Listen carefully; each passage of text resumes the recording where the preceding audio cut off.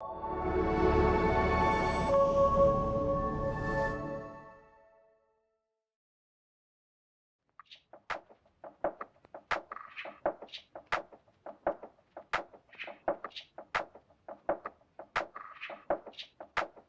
first time I volunteered in the elementary school here was with one of my stepson's class, and it was kindergarten. And the teacher picked up the pointer stick, and I'm like, hit the dirt, because to me, a pointer stick is a weapon.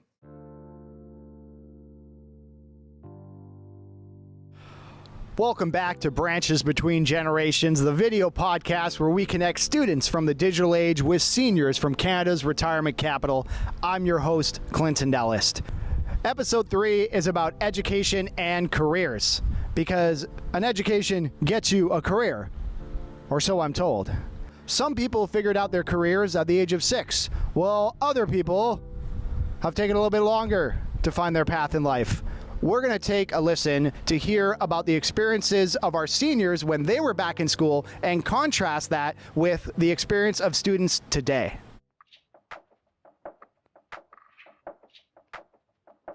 Welcome back to Podio Studio. Today, we're taking it old school. Our first interview is between Robin and Ariana. My name is Robin. When was I born? 1956. My full name is Ariana Marie Byerman, but Ariana or Ari is fine. I was born 2012. This interview is on the subject of respect. Robin tells her real experiences of growing up in a time when teachers could do whatever they wanted. And Ari learns the value of respect regardless of age.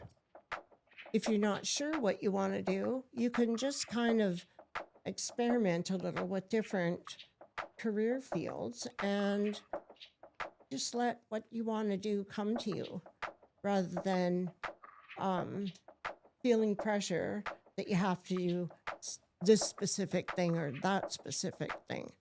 So what I said to my daughter when she graduated is, you just get into your canoe and you float down the river, and something will come by that you feel like, well, this is what I want.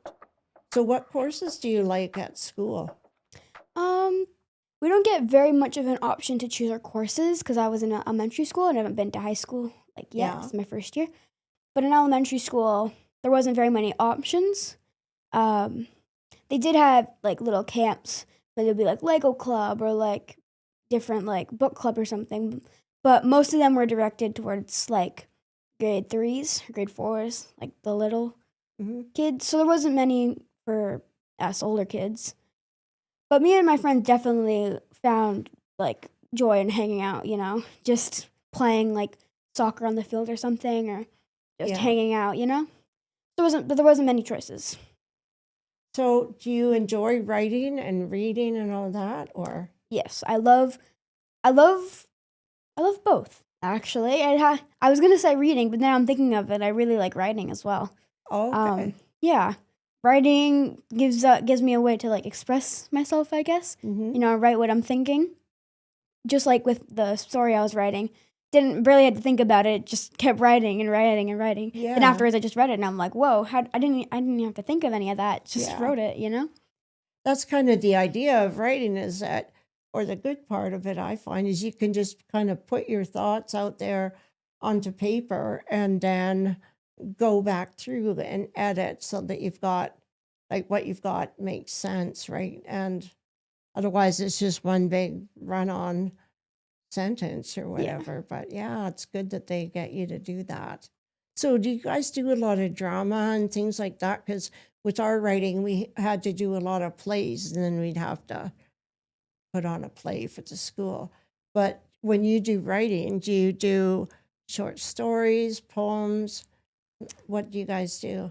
Last year we made, for one of our English assignments, we had to make a short story, but like with like chapters and stuff, you know, so like not as short as you would think, but like, you know, also not as big as a chapter book. And I got like, she said that I did really good on it and that I made it like really like detailed or whatever. So we did that, and that took me like a week or like 2 weeks to write Yeah. because I kind of just neglected it for a bit. And then on the last 4 days, I kind of just did it on 4 You days. just dropped it? Yeah. But yeah. But then we also did poems, which was really nice. Like at the beginning of the year, for a few Yeah. months, we just wrote poems. And it was very nice. I liked writing them. So I feel like I should start writing some more, honestly, Yeah. just because they were fun to write, you know? Mhm. And do you have to do speeches like in grade 6 or something? From grade 5 to grade 7, you have to write a speech. It has to be, for grade 7s, it has to be 4 to 5 minutes long. For grade 6s, it has to be 3 to 4 minutes long. And then for grade 5s, it's 2 to 3 minutes long. Oh, yeah. Okay. That's not bad. Yeah. But the longer you get, the harder it is. Yeah. I feel like it comes easy if I just don't really think about it. Yeah. But yeah, sometimes I get pretty nervous. And do you think that that's something that is good for in a future career where you might have to do presentations to bosses and things like that? Yes, because it depends if you want to become a teacher, you're going to Mhm. have to talk in front of the class a lot. And probably like most careers, you're going to have to at least be able to speak in front of people openly and not be able to and not like chicken out and not like get scared, you know? I know it's hard for people to do that. Mhm. And then there is some professions where you don't have to do that, like working from home or and such like that. But yeah, I'd say probably a skill that you'd like to have. Yeah. Yeah. What we had to do in grade 7 was one at a time. You go stand in front of the class, and the teacher would give you a topic, and you would have to do like 2 minutes. And he'd say, the topic, go. And you'd have to just come up with something about that topic off the top of your head right now. And I felt like that was good practice too for learning how to speak in front of a group and how to spontaneously make a speech about maybe something you didn't know that much about. Yeah, I felt that was really good for, later. Then I wasn't so much afraid of speaking in front of the school or whatever, Yeah. and speaking to superior people or whatnot. And it was good practice. Do you feel like at school that your teachers respect you? I'd say so. I Yeah. mean, there has been like some teachers where like I've been like I don't understand this or something, and they've just been like, you got to know that. Like you Oh. you have to know what that is. And I'm just kind of like, but I don't. Like I don't know what that is. And they're just like, well, I can't help you right now, so you can go figure it out, kind of like that thing. Like one of my teachers has done that to me where I've been like, I don't understand this, and like you should know this. Like they got mad at me for something that I didn't know. Oh, Which that is disrespect. yeah. The first time I volunteered in the elementary school here was with one of my stepson's class, and it was kindergarten, and they were doing the weather, and the teacher picked up the pointer stick, and I'm like, hit the dirt, because to me a pointer stick is a weapon. And so I'm like trying to get out of the way. Well, he just I'm like, what? It's for pointing at stuff? Wow, I'd never seen it used like that before, ever. It was kind of a different time for teachers too, because they were still in that era where they could do whatever they wanted. If they wanted to hit you or beat you with a yardstick or a pointer stick, they could do that, and there was nothing you could do about it. So that's another difference between like my generation and yours, is that you guys are treated more with respect from what I've seen. And so, we were supposed to respect our teachers, but it was hard when they didn't respect us. And so I've had to just learn to um, be me, do what I do, and enjoy my life for myself. So after a while, I thought, like I learned how to just let myself be who I was. And I learned a lot from that. And I still follow that. I think really, I'm too old to do what other people think I should do. I don't know how much longer I'll have in my life, and I don't want to spend it living my life for other people. I want to spend it living my life for me. So do you have advice from your point of view? That's very good piece of advice that you have. Yeah. Probably just like respect. Like just respect in Yeah. general. Like you gotta respect people's boundaries and respect that you might want to do something and they say no. You gotta respect that. Then you gotta respect that they might not want to do something or they might not want you to touch that. Just gotta respect people's boundaries. I think that's just the best piece of advice that I'd have. If that makes sense, what I'm trying to say. It does, yes. Yeah.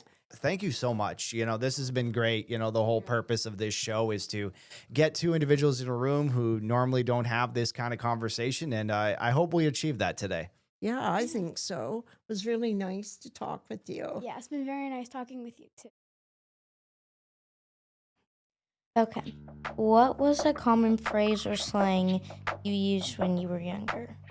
Well, we never said hello. And in Nottingham, it was always, hey up, hey up, which is hello, just hey up. A lot of languages had idioms, and you've spoken different kinds of words that only the people that lived in your own area knew. Yeah. You could move a few miles, and the speeches changed immensely. All the accents we had to put up with. Very cool. Our second interview is between Aileen and Maddie. My name is Aileen Fabris. I was born in 1936. I'm Maddie. I was born in 2012. Aileen shares the story of how she got her first job and what it was like to be a working woman in the post-war period. How much did you get paid per hour for your first job? My first job, oh, heavens. I worked for the co-op on a Saturday when I was 14 years old. Cool. And I would get from 8:30 in the morning until 5:30 at night, I would get 14 shillings, which would be about $2. That's crazy. Yes.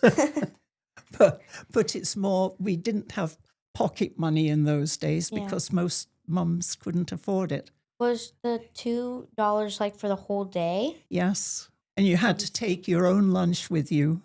And because I was in one part of Nottingham and I had to get a bus to go to the co-op in another part of Nottingham, I had to pay my own bus fare there and back. Oh my gosh. Minimum wage is like $18 now per hour. Well, that doesn't seem very much to me. Yeah, but Can you, just expand on that a little bit? Can you tell us how you found the job? Was it, what's the story behind finding the job? Because it was a girls' school and the teachers would look after the girls. The school leaving age was 14 when I went to school. And the school I went to, the Guildford School in Nottingham, was chosen as one of the schools to make the school leaving age 15. So we all knew we didn't have to go to Woolworths and work in Woolworths and the co-op. And so I started shorthand and typing. But I always, in my heart of hearts, wanted to be a nurse. But the shorthand and typing became quite useful to me. And it was to help women get jobs other than doing housework for their husbands. cool. So the Second World War for us as students changed the world that we grew up in. So what do you hope to be when you leave school? I really want to be an architect. And yeah, I really want to be an architect when I'm older. Yeah. So what do you do in school that aids you towards the profession that you want to have when you leave school? I'm not sure, but probably in high school there will be some like courses that I can take that will like prepare me for that and stuff. Yeah. I also kind of want to be an interior designer if I don't get to be an architect. So yeah. Good for you. Thank you. My father was hoping that I would become a shorthand typist in a local bank. And I said, well, I've telephoned the eye infirmary at my principal's suggestion, and I'm starting nursing there next week. You can't do that dirty job. And I said, nursing is not dirty. Yeah. Cool. So I love this because you're really hitting at the and I'm grasping for words a little bit here, but the change in feminine over the later 20th oh century. heavens, yes. Do you know, and this is an American illustration, but do you know, Maddie, Rosie the Riveter? Have you ever seen this cartoon? I think so, maybe. Are you familiar with what I'm saying? Yes. Yeah, Oh, yes. maybe I explained to Maddie what that cartoon meant for women at the time. It meant we could earn money to do the things that we wanted, because usually we had to speak to our husbands. You know, I can't manage with this stove anymore. I didn't have a washing machine for years. And having 3 children and you're washing all the clothes by hand, I felt I was an 18th century person. I want a washing machine. No, he wanted to take more classes so he could become a better teacher and go to university. My needs demand more from me than your needs demand from you. So it was very, very difficult sometimes as a woman to stand up and say, this is what I want to do. So I think thanks to the Second World War, in many ways, we did have to learn to do things for ourselves. Yeah. I found when I was in Nanaimo as a trustee, one of the teachers at one of the secondary schools and her students did the most absolute wonderful drawings. And so I encouraged her to have an art show in Woodgrove Mall so that she could show the students' work. That's really cool. And a lot of the students sold some of their work because people were very enthusiastic. And I know the talents are there in schools. Sometimes you don't get the opportunity to show them to the world, particularly since COVID. Yeah. So you've got to think of those ideas while you're there. How do you want to change the world that we're living in now? Yeah. How do you want to change the world we're living in now? Well, just like making the world a better place. Like also right now, like the world's very dirty, lots of garbage. So like me and my friend, when we were like in grade 5 and 6, our class would go down to the beach and we would like pick up the garbage while we were there instead of like the other kids. So yeah, we would pick up garbage. Yeah. And my friend, she went to Florida, I believe, and there was a really dirty beach and she like cleaned it up with her mom and yeah.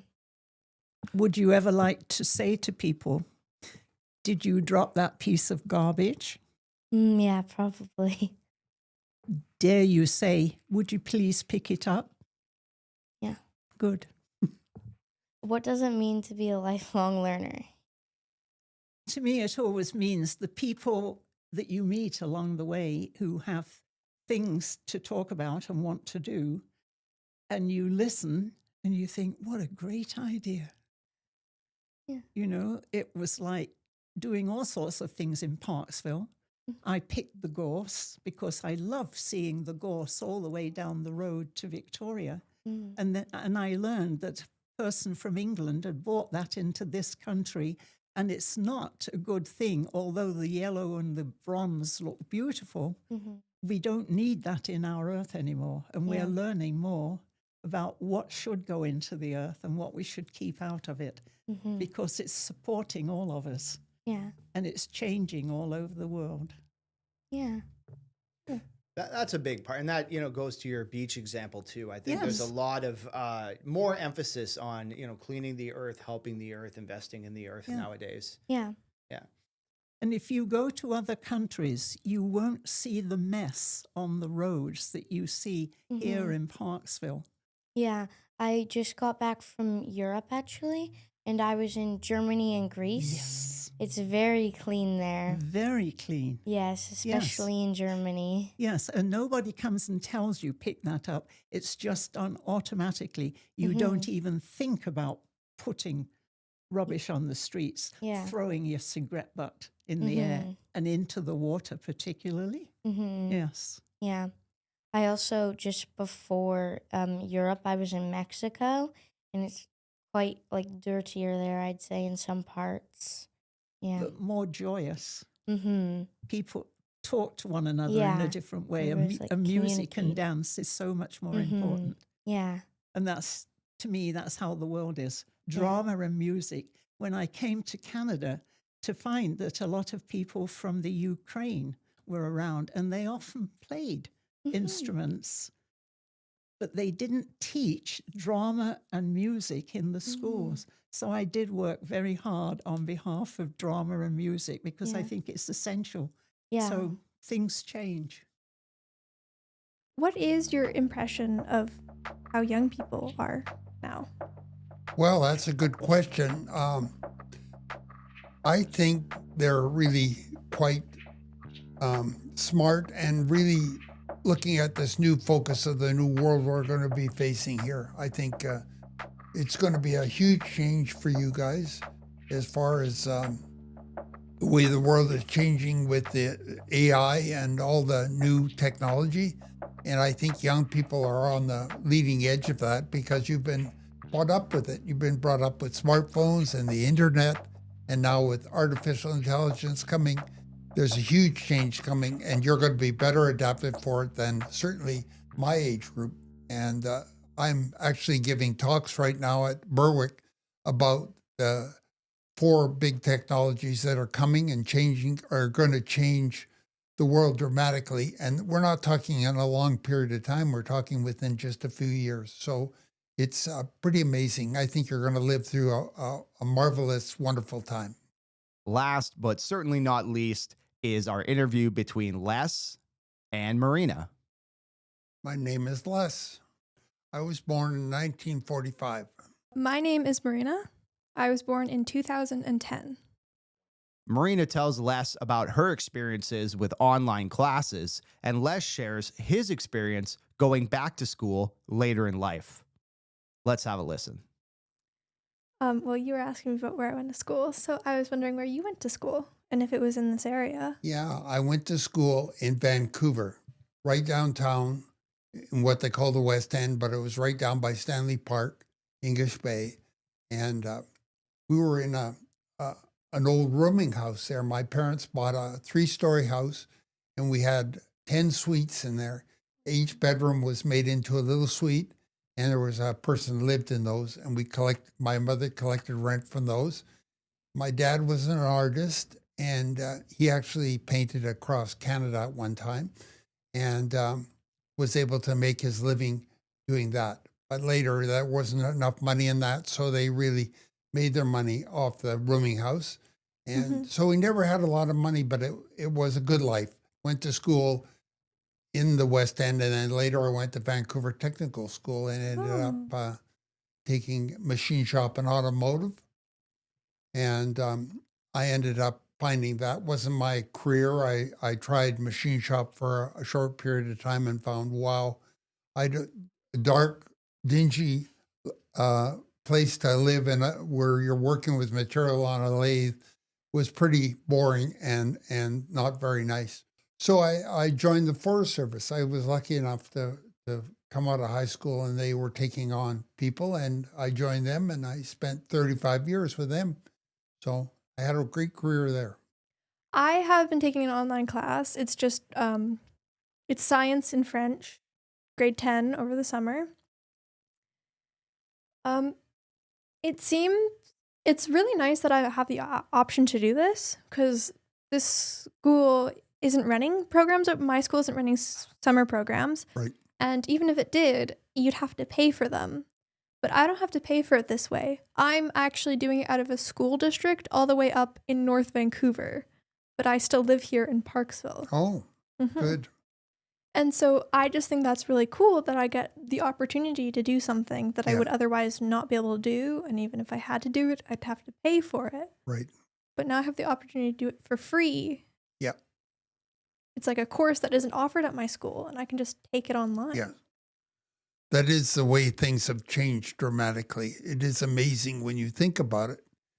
When I was in my 40s, I went through forestry and took sort of the basic training through forestry.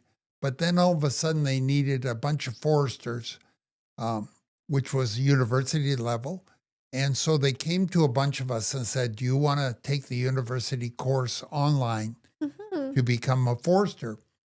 And the group that was asked to do this said, yes, we'll do it. Go ahead. And so we did.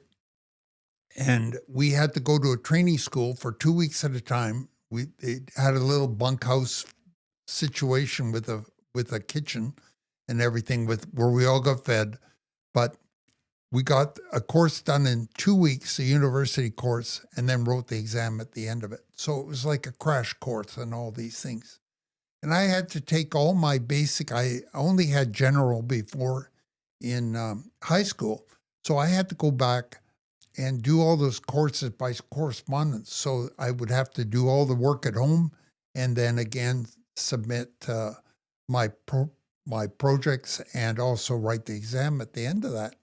And when you're in your 40s, that's not the easiest to do because you have 2 little children at home and you're trying to keep life together.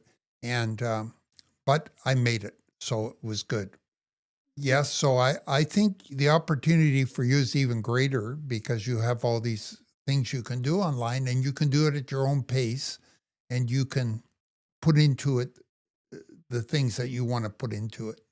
There's also the opportunity because at my school, we only have a limited number of classes because we have a limited number of teachers. And so all the programs I wanted to take next year, I don't get priority in them because I'm a grade 10 who'd be taking grade 11 classes. So I don't get priority for them. And so the only one that would be open is the one I was like, I'll take any science but this one. Yeah. And that's the only one that isn't full. So I could just ask for a free period in that block and take it online. Yes. And I've also recently taken Food Safe online, which makes it so I'm able to work with food safely, which it's really good to have that accessible online for anyone. I really believe in that. I think education is going to go that way. I think all the students, they're all at different levels and they learn faster or some don't learn as fast. But if you can do it online and it can tutor you online, then you go at your pace and it's so much better that way. I still believe that we need in-person spaces for learning. Yes. Like you can't stay at home. You're not going to do anything if you're at home. No. You need to have that motivation. That was what I had to do when I did mine. You almost say, why am I doing this? But when you get to it, you realize you have to do it, get it done. But when you're a student or a younger person, you don't have that same motivation. So you need to have you haven't grown up yet to realize you have to have discipline and you have to realize you have to set time aside and do these things. And you end up in the end going and playing video games or doing something else. So you do need to have structure. I understand that. Yes. Mm-hmm. A couple things that stand out that affected me was COVID, definitely. Yeah. I was one of those few children who remained in school because I did not want to be stuck at home the entire time. As I said, those defined spaces are very important for me. I feel the advantage of having physical spaces is like you can kind of separate like this space is home. This is where you can do what you want. This is where you can talk to your friends. But this place is school, and that's where you have to focus and get stuff done. It also means you can't, if you're sitting at home, there's no specific time where you have to do it. But if there's a specific time you have to be at school, then there's a specific time you have to do it, that period of time you have to do it for. Yes. It's definitely important considering that most people my age have, including me, procrastinated a lot. Not just at your age. It was the same for me when I was doing my courses. I'd procrastinate, and then eventually they were coming due, and I had to do 3 of them at one time to catch them up. And I spent my nights and evenings down. I just go back down every evening and do 2 hours in this course, 2 hours in this course, and 2 hours in that course. And you do get through it, but man, you've created a monster for yourself by jamming it all into that period. But that's human nature. That's our thing. We'll put off for tomorrow, whatever we can. And so I agree with you. You need to have some structure to force you into those periods that you're going to do this work. And you've got to have that. Otherwise, most people will put it off. They just won't be doing it. Mm-hmm. Things I went through in school too, like a lot of bullying went on because of my weight and everything, and being tall. I guess they figured, here's a good guy to pick on. It looks good for us. And I wasn't willing to fight back. And so I wasn't very, very good there. So, but no, these are not nice things people do to other people. And bullying is one of the worst things. You can see it in school and other places. It's really can injure people mentally and physically. Yeah. Not nice. Yeah. Especially coming from someone who is in high school at the moment. There's a lot of people who are like, oh, it's gotten better. And it definitely has, but there are still some stuff that has been carried over, especially from my parents' childhood. Yeah. I don't think you're ever going to escape it. It's something you have to learn to deal with. And as you get older, you can realize that just avoid those people. You know, don't be around them if they're going to be like that, or they're going to speak like that about other people. You just don't associate with them. And but I think bullying's been going on since I was young, and it hasn't stopped. It's always the same. Somebody always wants to think they're better, or they want to form their own little group of people. I think that's true, that you have to, there is a point where you have to finally say that I've had enough. I'm not going to do it. You might end up getting a broken nose yourself to do it, but mine was not but from a sometimes fight. you hold back. Yeah. Other than those advice and being honest and truthful and respect for everybody around you, I think those are the big words that we have to get back into our human nature. And we're not the best at doing those things, but we have to get it back in. And decency is another one. We get too far out on the whatever the word is, but it's indecency. Yeah. Be the bigger person. Like, don't treat others, like, it's kind of like treat others how you want to be treated, but be the bigger person. Right. Like, don't go down to their level, especially if they're bullying you, they're being violent. You've got it. That's the correct answer for sure. You just be the bigger person and just let it go and recognize that you've done the right thing. That's the answer. Mm-hmm. Yeah. Been wonderful. Thank you. Yeah. Am I able to get a quick handshake? Yeah. Yeah. Nice, really nice meeting Really you. nice. Thanks so much for watching. School is out. We are done with that topic and moving on to technology. We now live in the technological age, so students today know a lot about smartphones and ChatGPT. But what was technology like back in the day? Well, stay tuned to find out next time on Branches Between Generations.